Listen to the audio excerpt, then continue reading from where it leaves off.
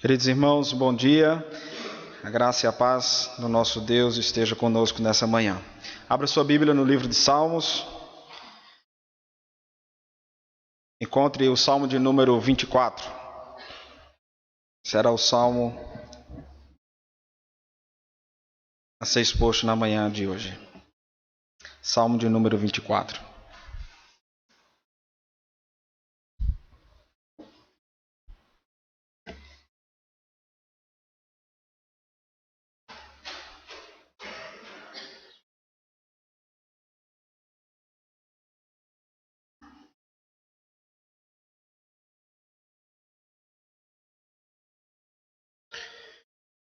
A palavra do Senhor nos diz: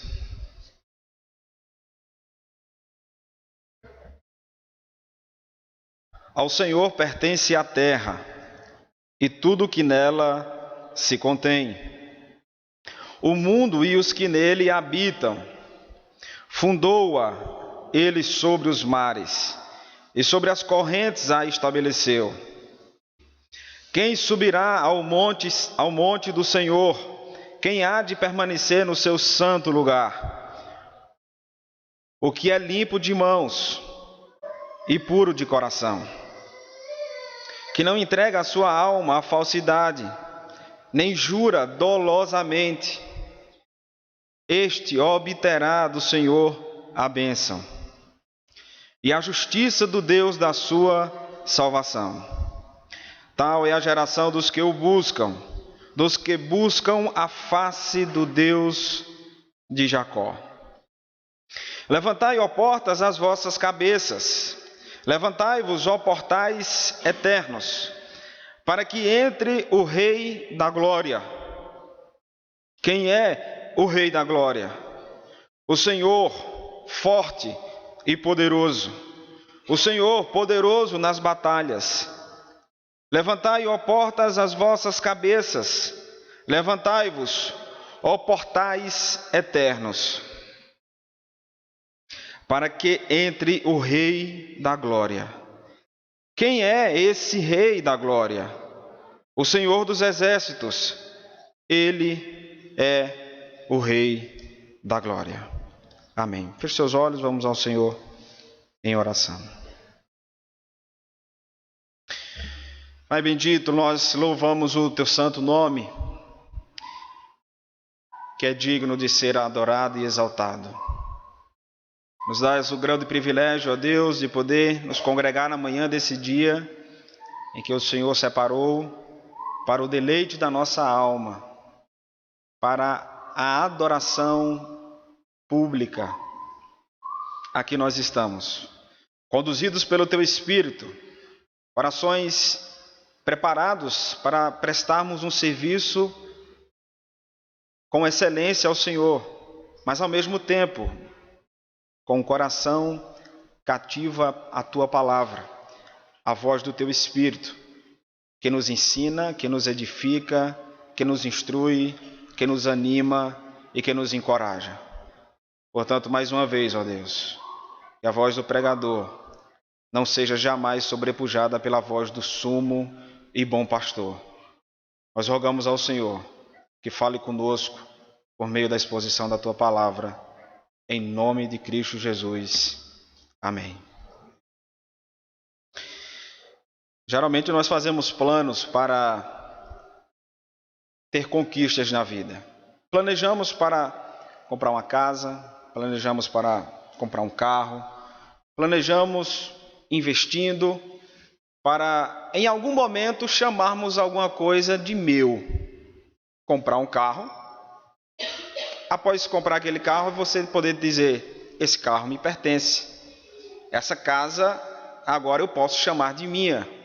E isso se distribui nas mais diversas conquistas da vida, desde algo simples até algo que você passou tanto tempo investindo ou se planejando para aquilo. No final das contas, você pode pegar até o seu smartphone e dizer: é meu, eu paguei por ele, eu comprei, agora me pertence.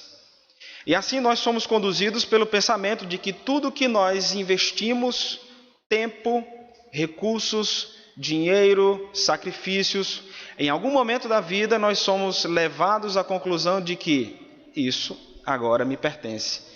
Isso faz parte daquilo que eu empenhei a minha vida para conquistar.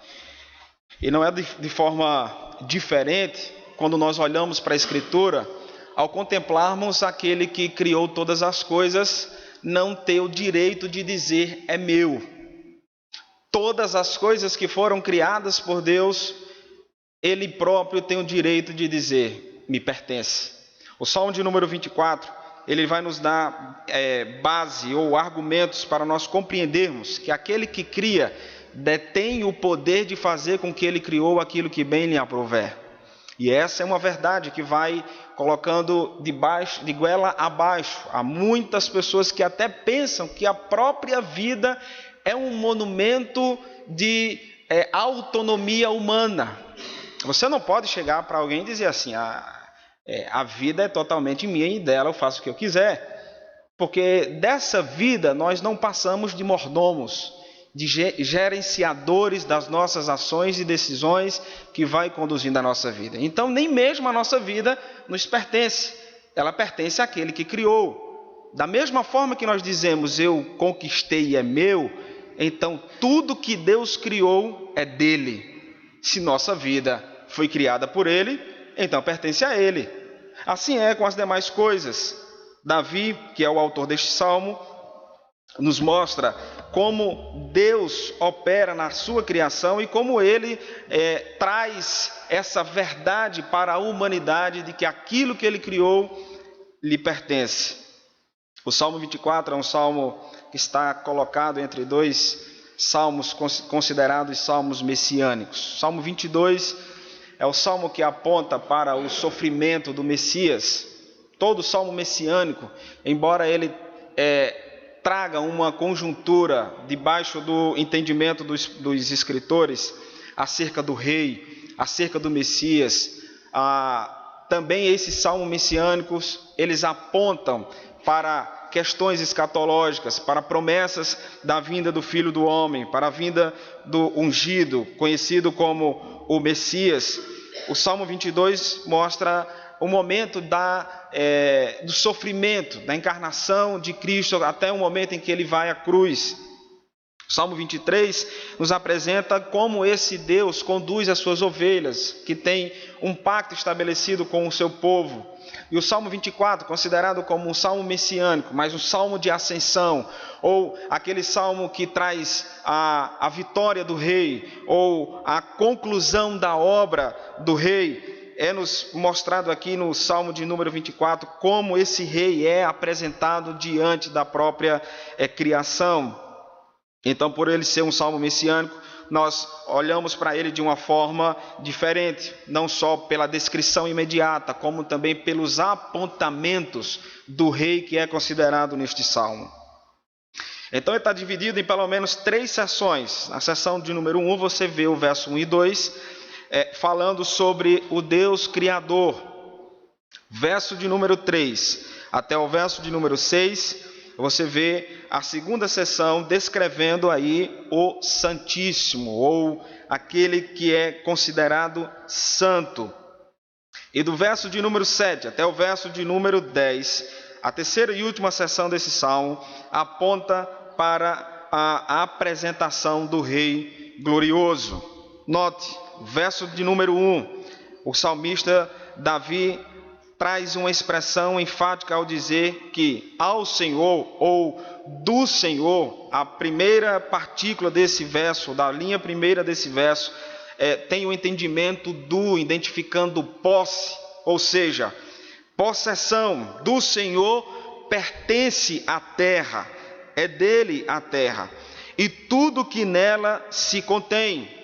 E na continuidade do primeiro verso ainda, você vê um paralelismo sinonímico aqui, identificando que a terra como o mundo e os que nele habitam, ou seja, terra e mundo, toda a configuração física, mas não somente aquilo que ele criou fisicamente, como também aqueles que habitam, identificando o mundo como pessoas, como povos, ou toda uma classe de seres humanos, de todos os seres humanos. Tudo que foi criado por Deus, pertence a Ele. Então, com essa nota inicial, identificando que existe um Deus Criador, nós nos lembramos da palavra ou de uma ênfase que João Calvino deu sobre a perspectiva do homem que nasce e põe os seus pés nessa terra ao contemplar a grandeza da criação. Então, para Calvino, não há ninguém que possa vir a esse mundo e não olhar para a criação, para o mundo, e ali não ver o espetáculo da glória de Deus. A palavra de Deus, ela já começa presumindo que existe um Deus. Muitos ateus que de alguma maneira tentam provar que Deus não existe, o primeiro lugar que eles vão atacar é exatamente a Escritura. Porque se nós podemos ter material para defender a fé cristã através da teologia natural, através da criação, muito mais nós teremos também quando nós recorremos à sua palavra. Porque é na palavra de Deus onde nós compreendemos o ser de Deus, os seus atributos, o seu poder, sua graça, sua misericórdia, sua condescendência, sua imutabilidade, sua eternidade, sabedoria e santidade. No mundo, nós, quando nascemos, nós observamos que Deus, Ele criou todas as coisas, e dessas coisas que Ele criou, Ele detém o poder de fazer delas o que Ele quiser. Calvino diz que o mundo é o teatro da glória de Deus. Para os ateus, o mundo não tem uma razão divina de existência. E esse pensamento, contrário à Escritura, que visa minar a palavra de Deus, que visa desconstruir os argumentos bíblicos, começa a gerar uma série de outros problemas. Porque a partir do momento em que não existe um Criador no mundo, também não existe ordem. Então se instala uma anarquia. As pessoas começam a serem autônomas nas suas decisões a ponto de fazerem aquilo que elas acham que é certo, porque elas entenderam que é certo a partir de qualquer tipo de pressuposição.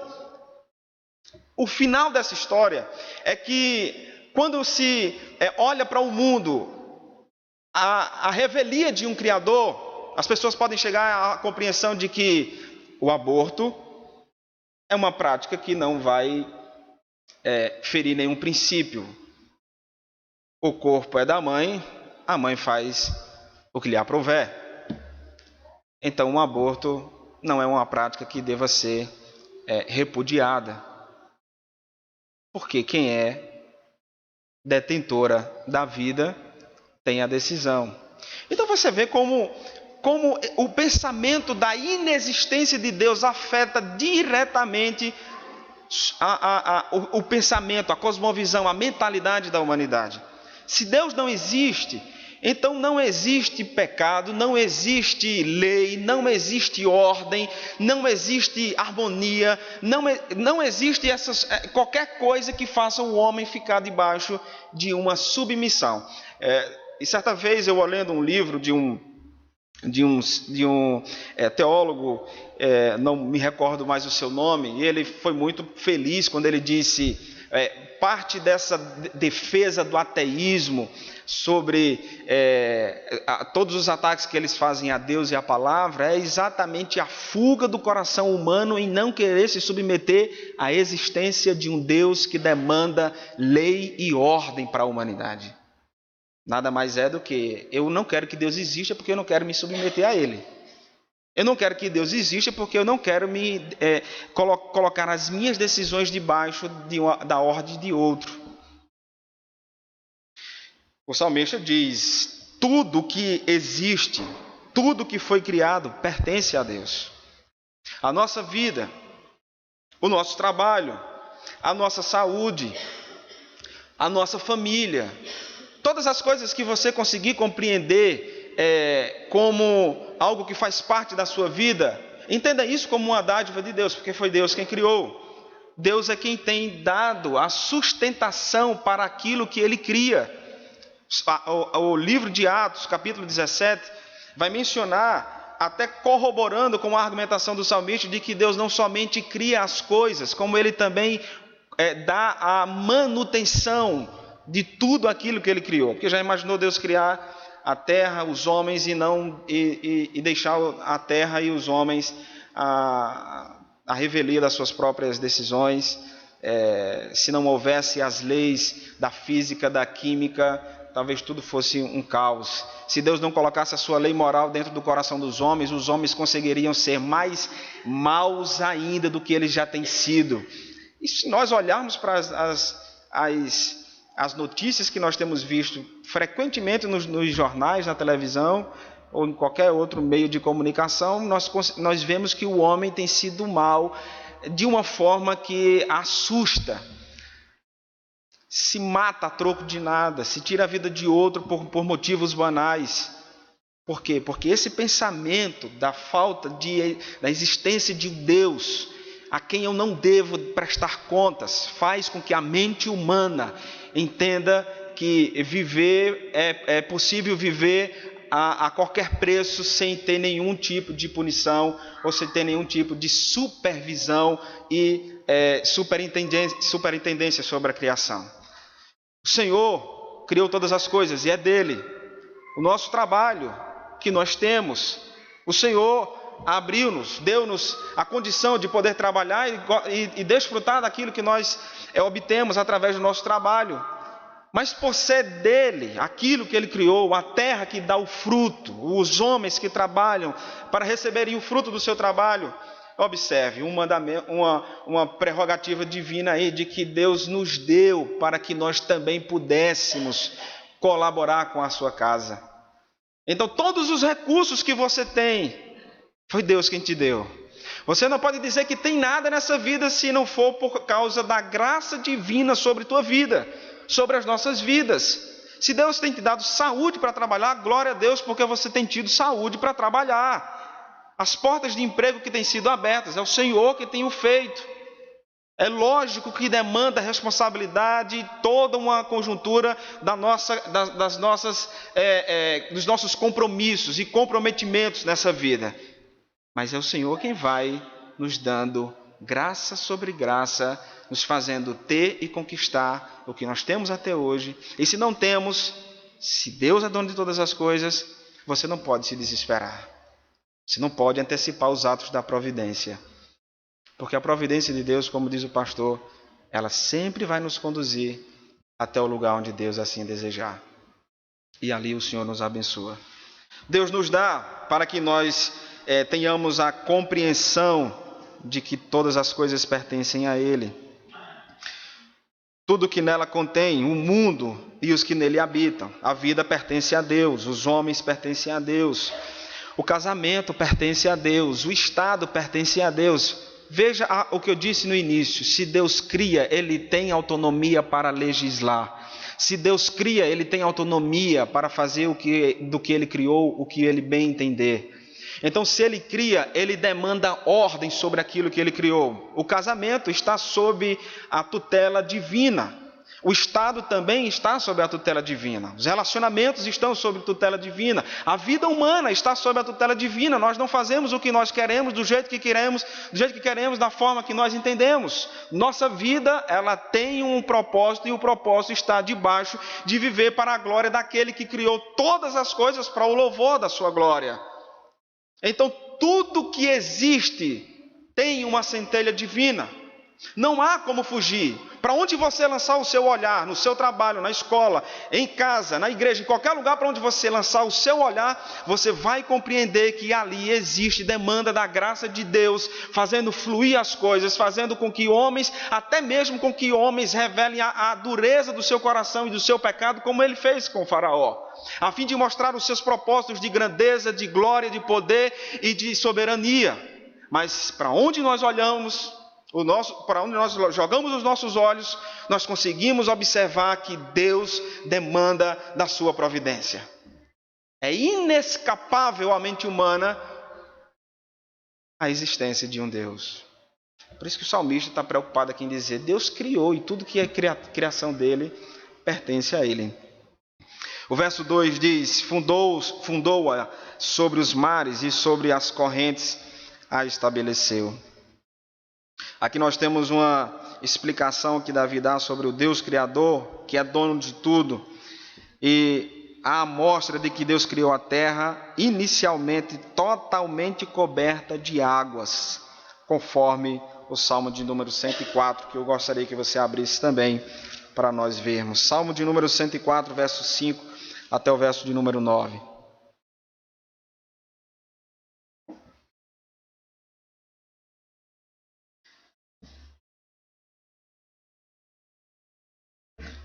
Perspectiva do salmista sobre a origem da criação. Salmo 104, verso 5, verso 9, que nos diz: lançaste os fundamentos da terra, para que ela não vacile em tempo nenhum.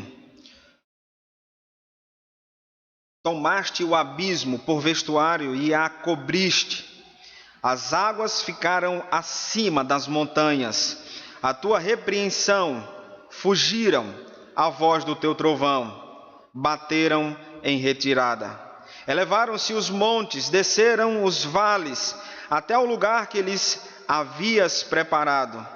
Puseste as águas divisa que não ultrapassarão, para que não tornem a cobrir a terra. O pensamento do salmista em contribuição com o Salmo de número 24, de que Deus fundou toda a criação sob um momento das origens, quando Deus estava criando tudo, onde as águas estavam em cima, e também quando as águas fluíram de baixo no grande dilúvio. E aqui o Salmo de número 104 fala exatamente o poder e o controle de Deus sobre as águas que caíram no dilúvio, como também toda o freio das águas após o dilúvio. Voltando para o Salmo de número 104, Salmo de número 24. Apresentado então a pessoa do Criador, a Deus como Criador, você observa que agora o salmista dá uma pausa. Existe um Criador. Todas as coisas são dele. Tudo pertence a ele. Os anos que a vida humana tem são determinadas por ele. Astros, estrelas e toda a órbita celeste, toda a galáxia, todo o universo, ele criou e tudo é dele. Existe um Criador e ponto final. Agora o salmista dá uma pausa, até para que aquele que leia saiba que existe um Criador. Mas esse Criador, ele é um Deus santo. Ele não é simplesmente a ideia de que existe um Deus e as pessoas caminhem pelo panteísmo a ponto de dizer tudo é Deus. É diferente olhar para qualquer lugar e entender que ali há providência divina. Ou olhar para uma árvore, olhar para um animal, para um rio, ou até mesmo para a criação e dizer aquilo é Deus. Deus não se confunde com aquilo que ele criou. Mas é possível observar que em tudo que foi criado há uma centelha divina, há a mão da providência criadora do nosso Deus. E dada essa pausa, agora o salmista nos faz lembrar, através de uma pergunta retórica, ele diz: quem subirá, no verso de número 3, quem subirá ao monte do Senhor? Quem há de permanecer no seu santo lugar? A palavra aqui, subir ao monte do Senhor, ela tem vários aspectos, e dentre eles o sentido de subida espiritual. Aqui, utilizada pelo salmista, o verbo subir está identificado com subir espiritualmente ao próprio Deus. Pode significar também a jornada ao santo lugar. A noção de subir a Deus pode ser vista dezenas de vezes no Antigo Testamento. Mas para nós compreendermos o significado dessa passagem, ou desse termo em questão, abra comigo o livro de Êxodo, capítulo 19, verso 3 e o verso de número 24. Êxodo 19, verso 3 e verso 24.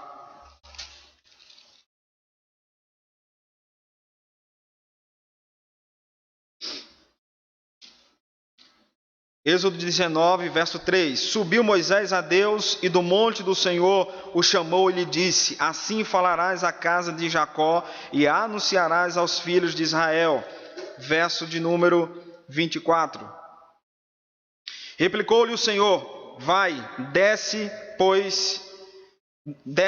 depois subirás tu e Arão contigo, os sacerdotes, porém, e o povo não traspassem o limite para subir ao Senhor, para que não os fira. Avance mais um pouco para o capítulo de número 24 e o verso de número 1. A aliança de Deus com Israel. Verso 1. Disse também Deus a Moisés: sobe ao Senhor, tu e Arão e Nadab e Abiú, e 70 dos anciãos de Israel, e adorai de longe. Deuteronômio capítulo 10, verso de número 1.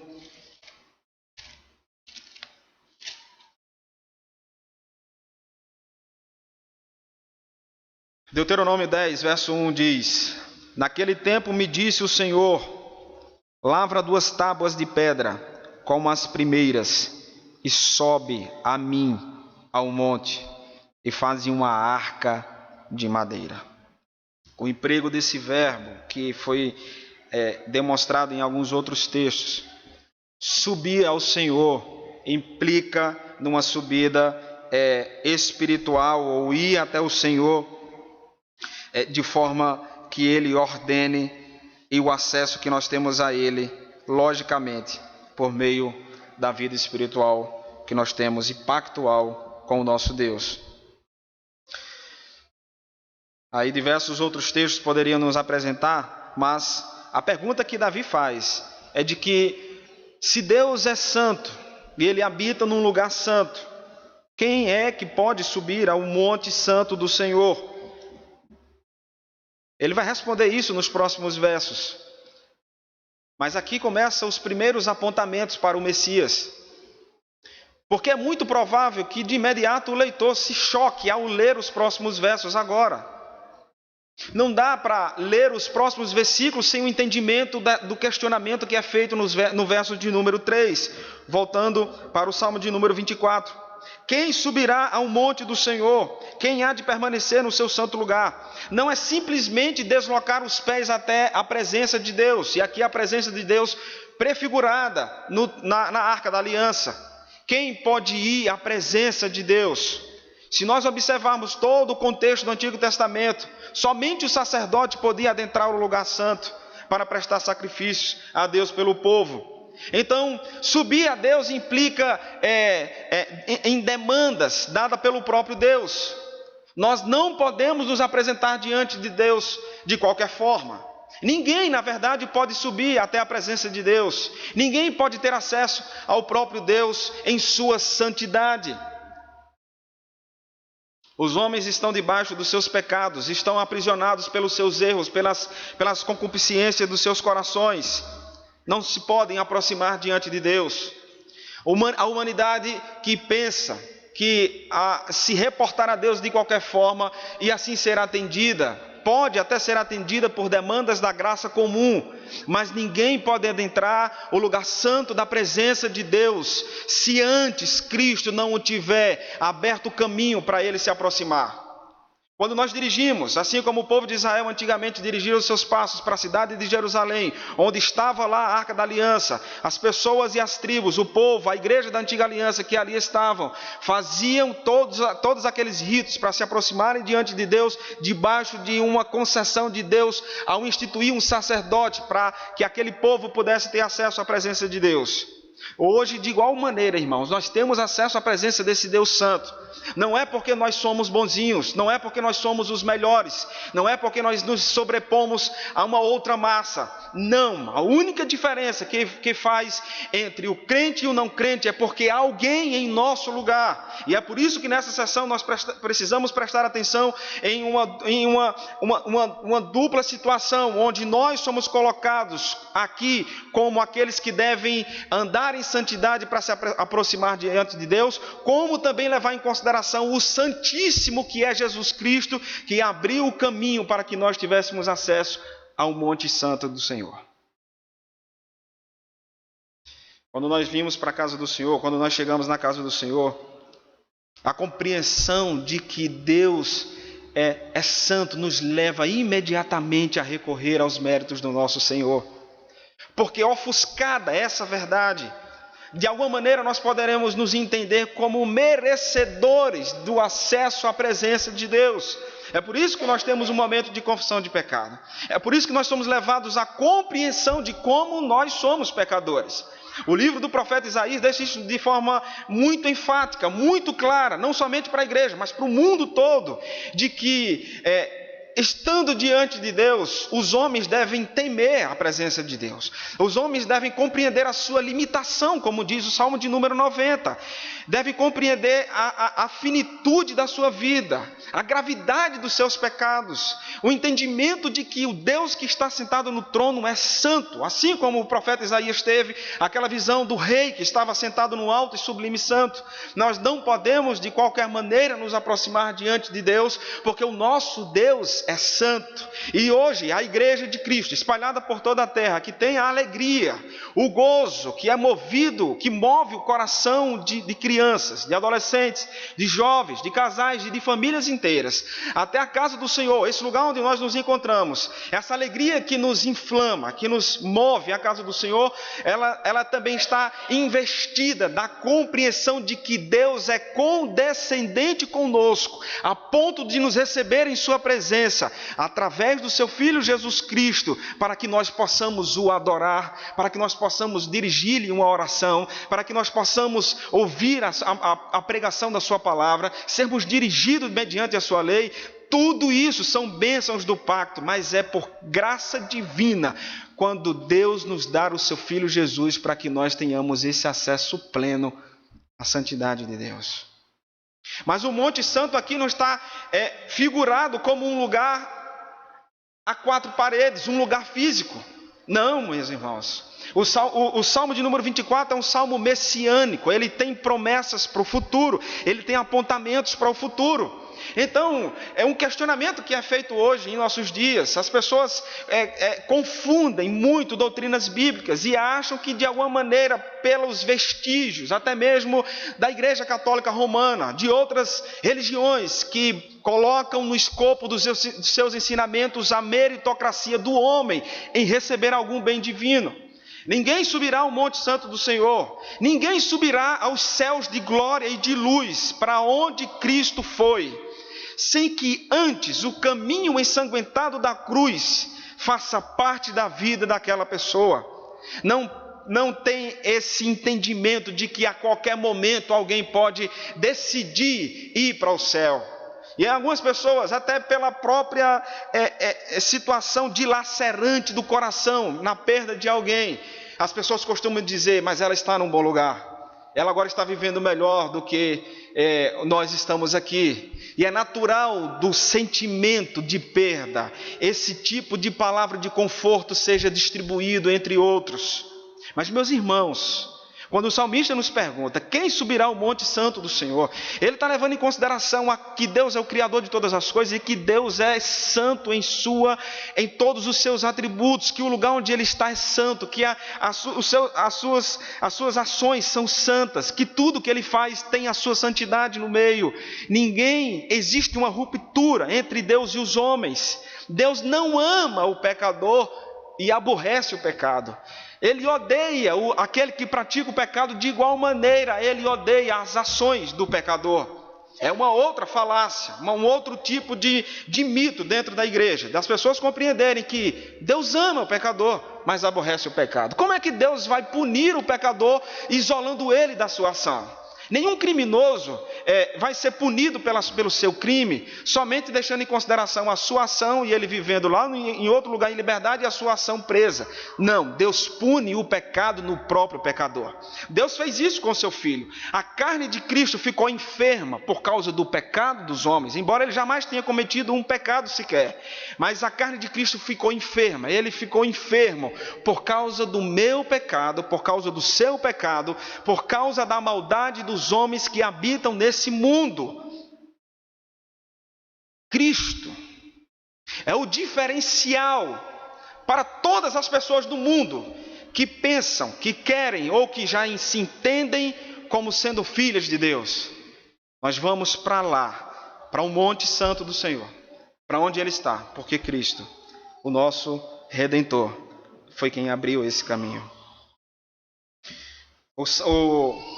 A continuidade do pensamento do salmista avança e no verso de número 4 ele diz, agora ele responde, o que é limpo de mãos e puro de coração, que não entrega a sua alma à falsidade, nem jura dolosamente. Ele traz a compreensão de que aquele que vai habitar com o Senhor, ele tem duas ações negativas e duas ações positivas.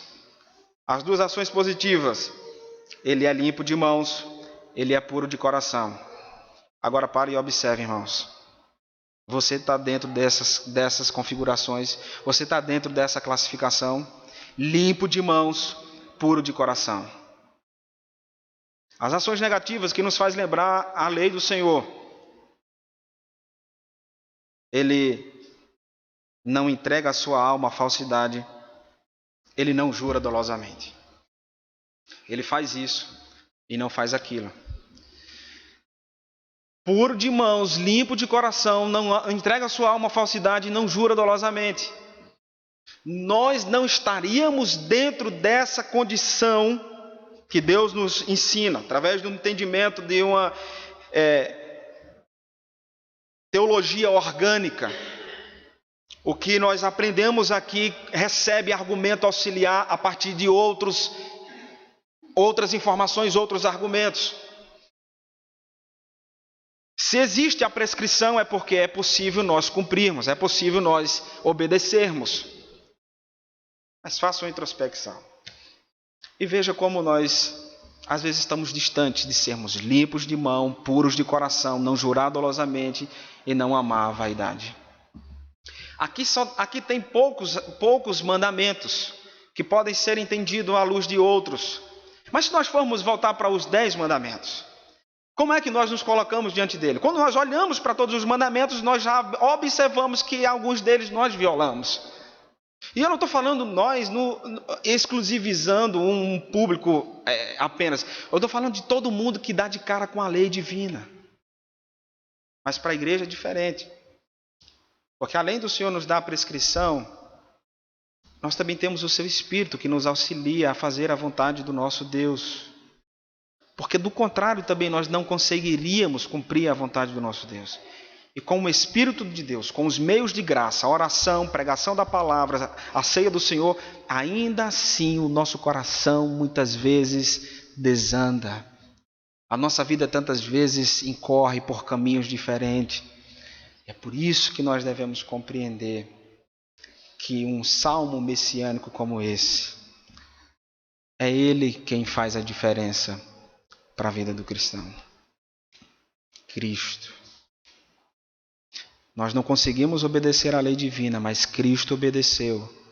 E por causa da obediência de Cristo, nós somos vistos por Deus também como obedientes à sua palavra. Isso elimina nossa obediência aqui aos seus mandamentos de forma alguma. Mas quando Deus olha para a santidade do seu Filho, então também nós somos santificados por causa de Cristo. Quando nossas orações são feitas ao Senhor, primeiro Deus ouve ao seu Filho. E aí nós oramos em nome de Cristo. Então, o que faz a diferença na vida do cristão é exatamente a pessoa bendita de Jesus Cristo. O verso 5, o salmista deixa claro agora que este que procura andar com as mãos limpas, não colocar a sua mão naquilo que não deve, que cause dano, que cause mal, aquele que não entrega a sua alma à falsidade, que não entrega a sua alma à idolatria, à mentira, que não entrega a sua alma às concupiscências desse mundo, aquele que não deixa sua alma, sua vida, seu coração ser conduzido pelas demandas que esse mundo tantas vezes nos impõe, até mesmo a nossa própria carne, aquele que não jura dolosamente, que não anda de acordo com essas coisas, este sim obterá a bênção do Senhor. Você percebe que para cada mandamento do Senhor, sempre nós temos o fruto da obediência redundando em promessa divina para a nossa vida. Irmãos, é difícil obedecer a Deus, é inegável isso, porque nós estamos neste corpo, nós estamos neste mundo, nós vivemos nesta carne, não é fácil. Mas também não é impossível.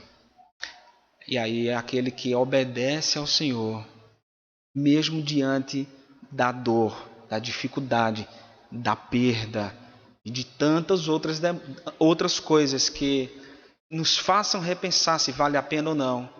Eu quero chamar a atenção para uma coisa. Obedecer não é barganhar. Obedecer a Deus nunca foi sinônimo de negociação com Ele. Submeter-se a qualquer dos seus mandamentos não é nenhuma forma de negociata.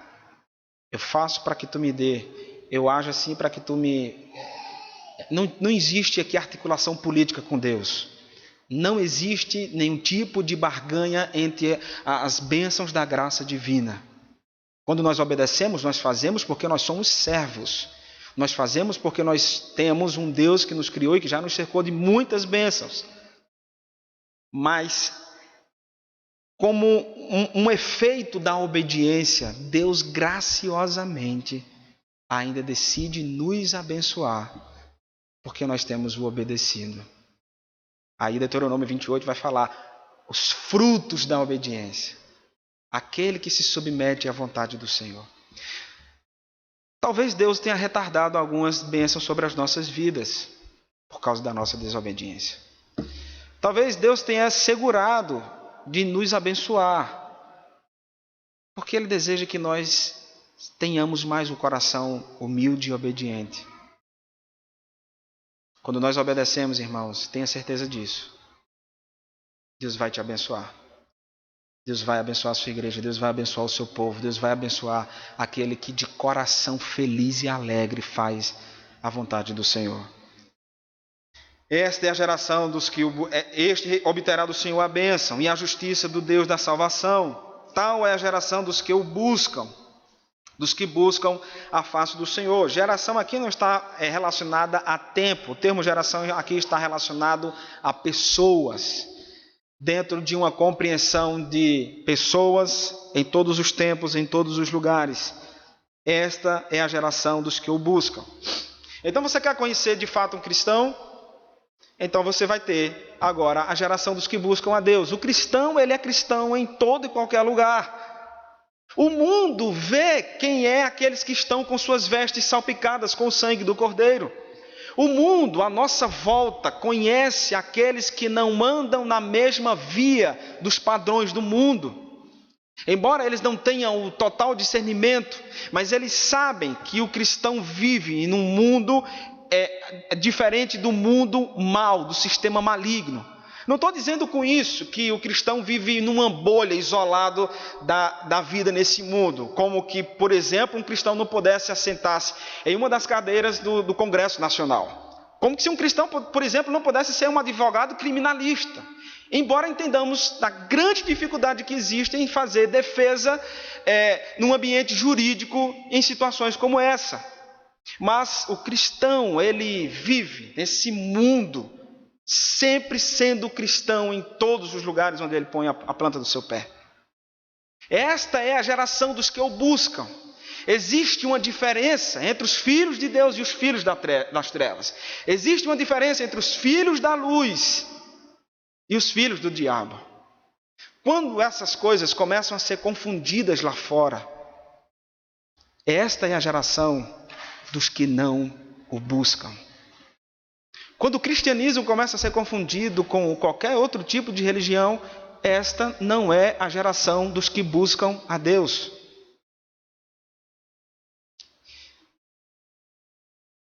Nós fomos salvos para sermos santos, nós somos santos para de degrau em degrau nos conformarmos à imagem do nosso Senhor Jesus Cristo. Quem habitará no monte santo do Senhor? O salmista responde: quer subir ao Monte Santo do Senhor, então o padrão é esse. Esse é o padrão que Deus determina para os seus filhos, mas é o padrão também que Deus determina para toda a humanidade. Outra pausa e o salmista para, dadas as respostas agora que complementam o seu pensamento de que existe um Deus Criador e onde Ele está, as pessoas que para lá vão, elas estão debaixo de um pacto, estão debaixo de uma prescrição dada pelo próprio Deus. Assim como a vida pertence a Ele, também a salvação, a redenção pertence a Ele. Se na obra da criação Deus demonstrou grande graça e poder, muito mais Deus o faz na obra da redenção. E os argumentos finais agora do salmista, avançando para os versos finais, o verso de número 7 até o verso de número 10, o salmista vai apresentar agora o Rei glorioso, que coloca um limite exatamente entre a transição dos versos 4 e os versos 7 a 10.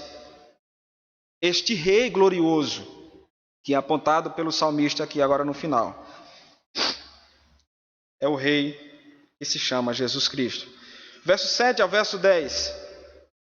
Levantai, ó portas, as vossas cabeças, levantai-vos, ó portais eternos, para que entre o Rei da glória.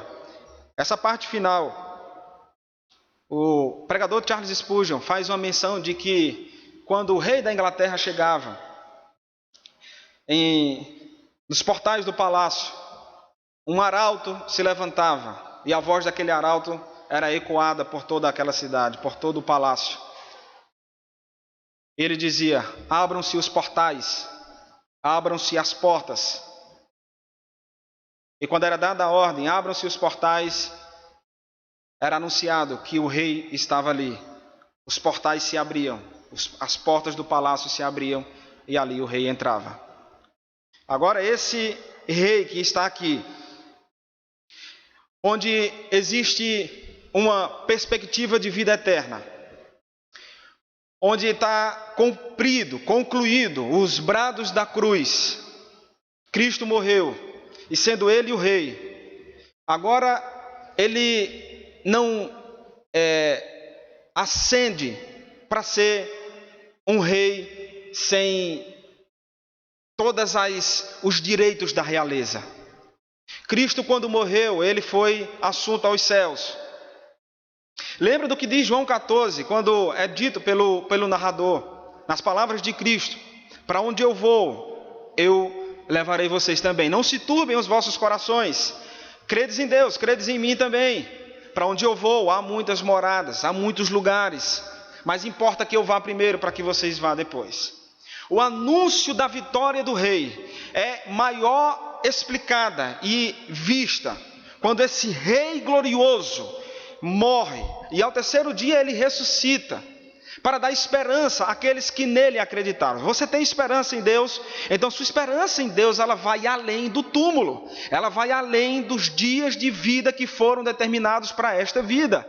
A nossa esperança em Deus, ela vai para além da obra que Deus fez em seu Filho aqui na terra. Então quando Cristo morre, Ele é esse Rei glorioso. Quando Ele morre, Ele é recebido nos céus como um rei vitorioso que pelejou, que trabalhou e concluiu a obra que o Pai lhe determinou. Não é alguém que se perdeu no meio do caminho e não conquistou a batalha que lhe foi designada. Por isso que o salmista coloca que Ele é um rei glorioso, Ele é um Senhor forte e poderoso, o Senhor poderoso nas batalhas. Esse rei chamado Cristo, Ele é recebido nos céus como o Rei poderoso, como o Rei glorioso, como aquele que cumpriu a vontade do Pai. Se Ele é recebido lá no altos céus, irmãos, na corte celeste, como aquele que cumpriu a vontade do seu Pai, que esmagou a cabeça do inimigo, que cancelou a célula de dívida que todos nós éramos devedores, que conquistou para cada um de nós, para a igreja espalhada em todos os tempos e em todos os lugares, a bênção da redenção. Esse Rei glorioso é recebido nos céus com toda a adoração, porque Ele cumpriu todas as facetas da obra da redenção. Ele agora é exaltado entre os anjos. Ele é recebido na glória com exaltação entre aqueles que estão recebendo. Os portões se abrem, porque quem entra é o Filho de Deus. Não entra meros humanos, entra aquele que era Deus e homem ao mesmo tempo. Mantendo a sua natureza humana, ele é recebido nos céus como o Rei que triunfou sobre os inimigos, como o Rei que triunfou sobre aqueles que o perseguiram, como o Rei que triunfou sobre os poderosos da época, como o Rei que triunfou sobre Herodes, sobre Pilatos, sobre Judas e sobre todos aqueles que tentaram contra a sua vida. É um Rei que triunfa sobre todas as batalhas e jamais ele haveria de perder a batalha da redenção. É por isso, irmãos, que quando nós olhamos para a entrada triunfal de Cristo nos portões celestiais, nós temos a mesma alegria de que para onde ele foi, o Monte Santo do Senhor, para onde o Filho foi e se assentou-se no trono, nós também temos a herança da nossa redenção guardada por causa do Rei que foi vitorioso sobre as batalhas que ele pelejou. O Senhor é forte e poderoso, forte na guerra. O rei de Israel era considerado um poderoso, como nós vemos no Salmo 45, Salmo 89, versículo 19. Um guerreiro poderoso. A palavra que aqui é colocada como rei poderoso também tem implicações de um herói de guerra. Essa linguagem transmite toda a forma assombrosa de poder eficaz e determinado que o nosso tem. Cristo veio para cumprir a obra da redenção, para nos dar a certeza de que aquilo que ele viria fazer, ele jamais fracassaria. Você pode se alegrar, irmãos, porque você faz parte hoje do reino de Deus. Você não está debaixo de um rei imortal. Você não está debaixo de um rei imperfeito. O reino de Deus não é deste mundo. Nós fazemos o reino de Deus aqui na terra, mas o reino de Deus não é deste mundo. Por isso que o cristão vive neste mundo com perspectiva num outro mundo, que é o mundo da glória eterna. É por causa de Cristo que diz no Salmo 22, Deus meu, por que me desamparaste? E agora ele entra triunfante. Os inimigos foram colocados ao chão. Não há mais inimigos que possam frustrar o plano da redenção. Exultemos ao nosso Deus, exultemos ao nosso Senhor, porque a alegria de que existe um rei e um reino imortal, um reino que dura para sempre. Os reis passaram pela terra, mas o rei que se chama Jesus Cristo jamais passará. O seu reino permanecerá inabalável sobre todos os reinos mais poderosos desse mundo. E nós somos aqueles que, como cumprimento do trabalho desse rei, recebemos o acesso irrestrito agora ao Monte Santo do Senhor. Você pode dizer, eu posso subir ao Monte Santo do Senhor. Eu posso ir à presença de Deus em oração. Eu posso ir à presença do meu Deus através de toda a pregação dramatizada da ceia do Senhor. Eu posso ir ao Senhor através do ouvir a sua palavra. Eu posso ir à presença de Deus não somente aqui nessa vida, mas daqui a pouco, quando eu não mais estiver aqui, eu sei para onde eu vou, porque eu sei em quem eu tenho crido. Homens dessa vida encontram os choques e as decepções por depositarem confiança exacerbada, credulidade excessiva em homens que aqui estão, reinos ou reis poderosos.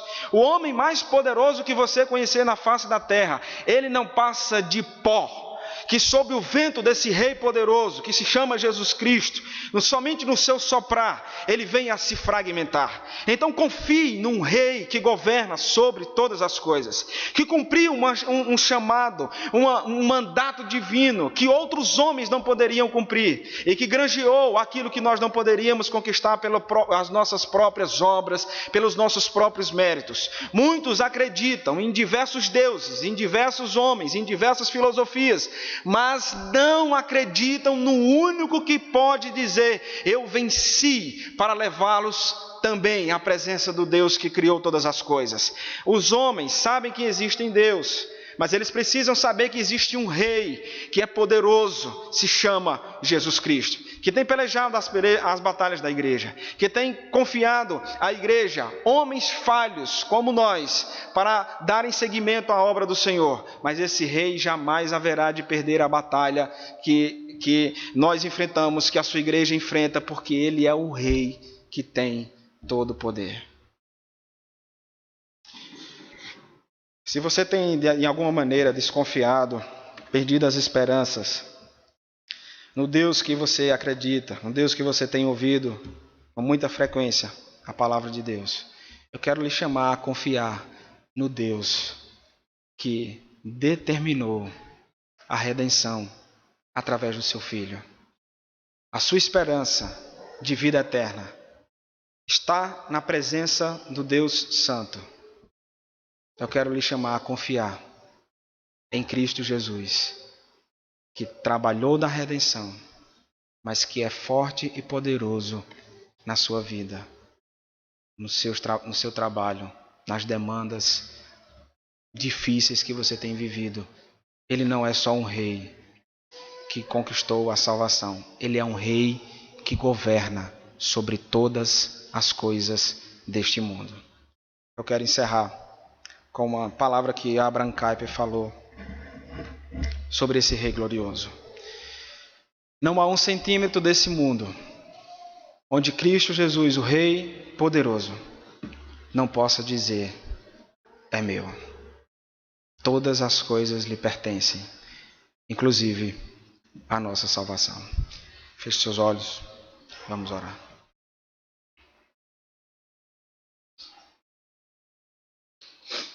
Ó Deus, o nosso coração exulta nas palavras vivas deste salmo, da tua palavra, porque nós não estamos assistindo a cena de um filme épico, nós não estamos diante de telões cinematográficos apresentando a vitória de um rei sobre seus inimigos. Nós estamos vendo exatamente a cena do Calvário. Nós estamos contemplando as ações de um Deus que se transformou homem, que na encarnação foi humilhado e passou por todas as fases da humilhação, mas na ressurreição e ao assentar no seu trono, se tornou o Rei de nossa redenção. Nós estamos alegres, ó Deus, porque o reino do qual o Senhor nos inseriu é um reino eterno, porque o nosso Rei também é eterno. Nós te glorificamos, que tua palavra sobre as nossas vidas na manhã desse dia nos traga a alegria e a certeza de que tudo o que diz respeito à nossa vida é propriedade e faz parte da vitória e da vida do nosso Rei. É no nome de Cristo que nós oramos. Amém.